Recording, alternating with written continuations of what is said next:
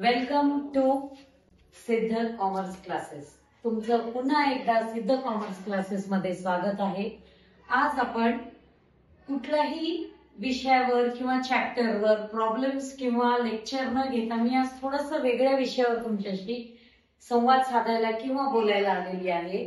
तर आपली बोर्डाची एक्झाम आता डेट्स डिक्लेअर झालेले आहेत. प्रिलिम्स नेक्स्ट मंथ डिसेंबर मध्ये सुरू होतील.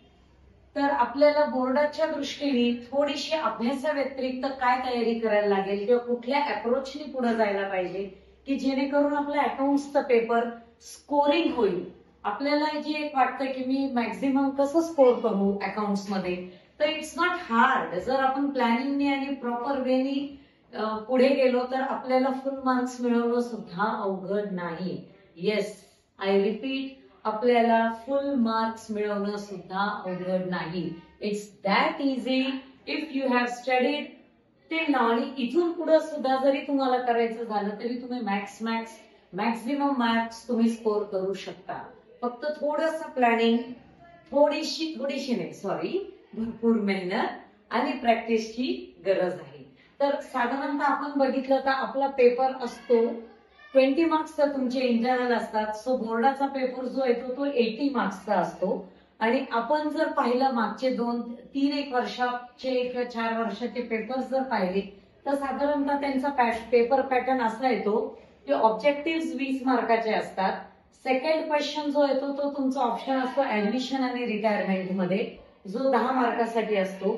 तिसरा क्वेश्चन असतो dissolution and bills of exchange मध्ये ऑप्शन दिलं जातं, तोही 10 मार्काला येतो. चौथा क्वेश्चन येतो इश्यू ऑफ शेअर्स आणि कम्प्युटर अकाउंटिंग मधलं थिअरी, ते 8 मार्काला येतो. पाचवा क्वेश्चन डेप्ट हा चॅप्टर आणि अनालिसिस ऑफ फायनान्शियल स्टेटमेंट्स ह्या दोन्हीमध्ये ऑप्शन्स असतो 8 मार्काचा.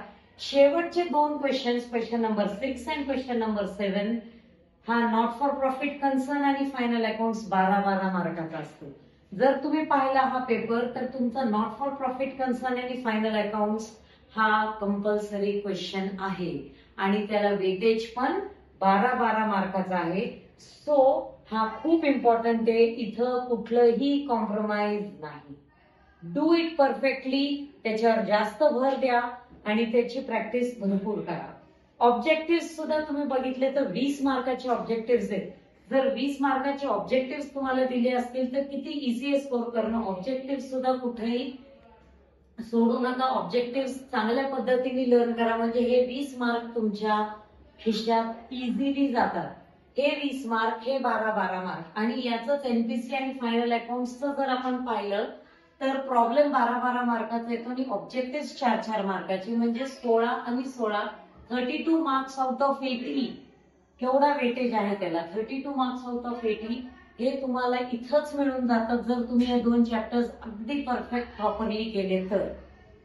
त्यामुळे ह्या 2 चॅप्टरला अजिबात कॉम्प्रोमाइज करू नका. हे 2 चॅप्टर्स अतिशय चांगल्या पद्धतीने करा. मग पुढे जातो आपण ऍडमिशन आणि रिटायरमेंट. मी असं कधीच म्हणणार नाही की एखादा चॅप्टर तुम्ही ऑप्शनला टाका, नो. पण आतापर्यंत तुम्ही सगळा अभ्यास केलेला आहे, सगळ्याचा प्रॅक्टिस केलेली आहे, सगळ्याची रिव्हिजन केलेली आहे आणि करताय. पण जेव्हा आपण पेपर सोडवतो त्यावेळेला आपल्यासाठी स्वतःसाठी एक काहीतरी प्लॅनिंग पाहिजे. काही मुलांना ऍडमिशन सोपं वाटतं, काही मुलांना रिटायरमेंट आवडतं.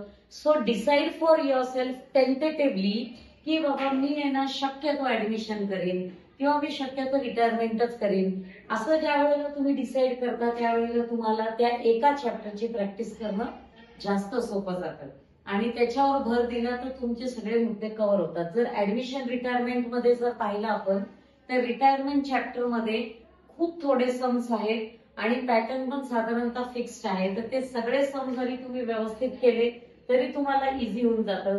डिझोल्युशन आणि बिल्स ऑफ एक्सचेंजचं जर आपण बोलायला गेलं तर बिल्स ऑफ एक्सचेंज मधले जर्नल एंट्री फॉर्मॅट असतो. जर्नल एंट्रीज तुम्हाला प्रॉपर करता आले तर तोही साधारणतः फॉर्मॅट सगळा फिक्स्ड असतो आणि ते एंट्रीज आपण प्रॅक्टिस करून करून पाठ होऊन जातात. सो हे दोन्ही चॅप्टर्स खूप इंटरेस्टिंग आणि खूप छान आहेत. You can decide for your self की बाबा मला डिझोल्युशन करायचे का बिल्स ऑफ एक्सचेंज. जे तुम्हाला सोपं वाटत असेल त्याच्यावर भर जास्त द्या. करायचं सगळंच आहे आपल्याला, अगेन आय रिपीट, करायचं सगळंच आहे आपल्याला, पण आपल्याला जो इझी वाटतो जो जास्त चांगला समजलेला आहे त्याच्यावर भर जास्त देऊन त्याची प्रॅक्टिस जास्त करा, की जेणेकरून तुम्हाला इथं ऑप्शन जर दिलेला आहे तर त्याचा पुरेपूर वापर करता येईल.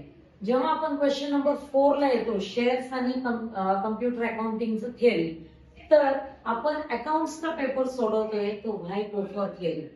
Shares again very easy chapter, त्याचे पण जर्नल एंट्री साधारणतः सेम असतात, पाठच होऊन जातात करून करून.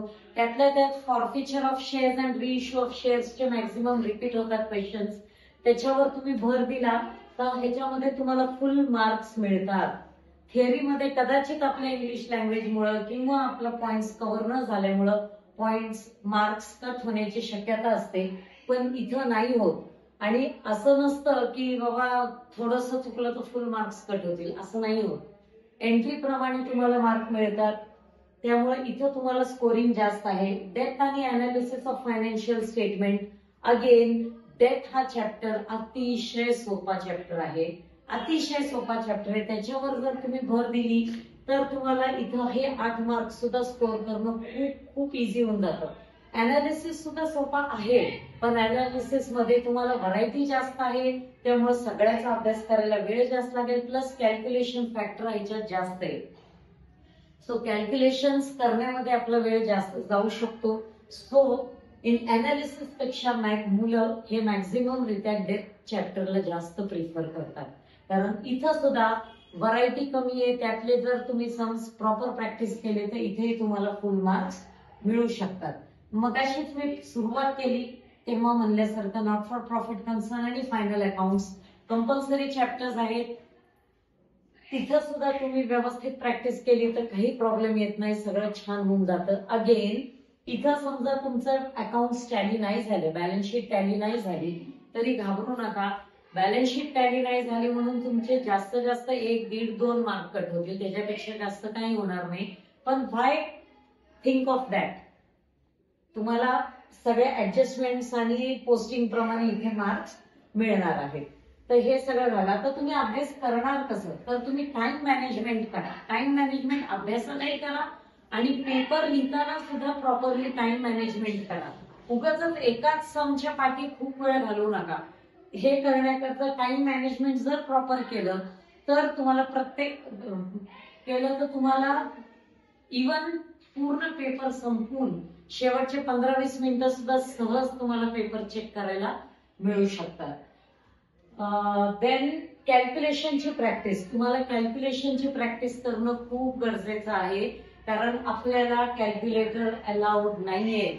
एक्झाम मध्ये आपल्याला कॅल्क्युलेटर्स अलाउड नाहीये. त्यामुळे जर तुम्हाला आता कॅल्क्युलेटरची सवय असेल तर तुम्ही तिथं कॅल्क्युलेशन मध्ये चुका करू शकता आणि तुम्हाला वेळ लागू शकतो.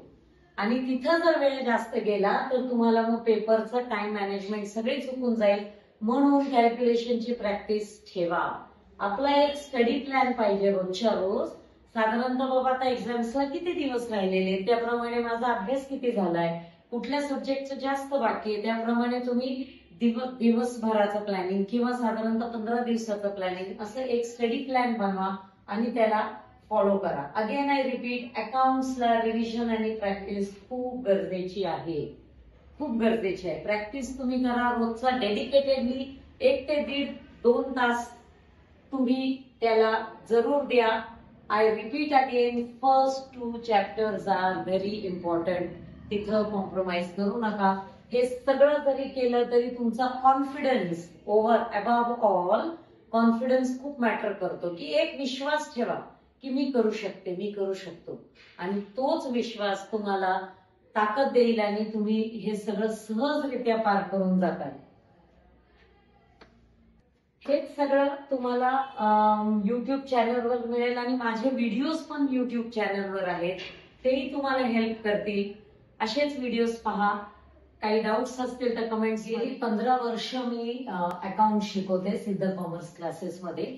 माझा हा अनुभव आहे की मुलं ह्या पद्धतीने ज्या वेळेला फॉलो करून अभ्यास करतात आणि त्या पद्धतीने मेहनत घेतात त्यावेळेला त्यांना 99-100 मार्क्स सहज मिळतात. बघ, खूप मुलांनी माझ्या बॅचेसमध्ये, माझ्या क्लासेसमध्ये हे मार्क्स मिळवले. तर हाच फायदा तुम्हालाही मिळावा, तुम्हालाही सक्सेस मिळावा या हेतूने मी हे तुमच्याशी शेअर करतेय. तर तुम्ही जरूर याचा फायदा घ्यावा आणि या पद्धतीने तुम्ही अभ्यास करावा.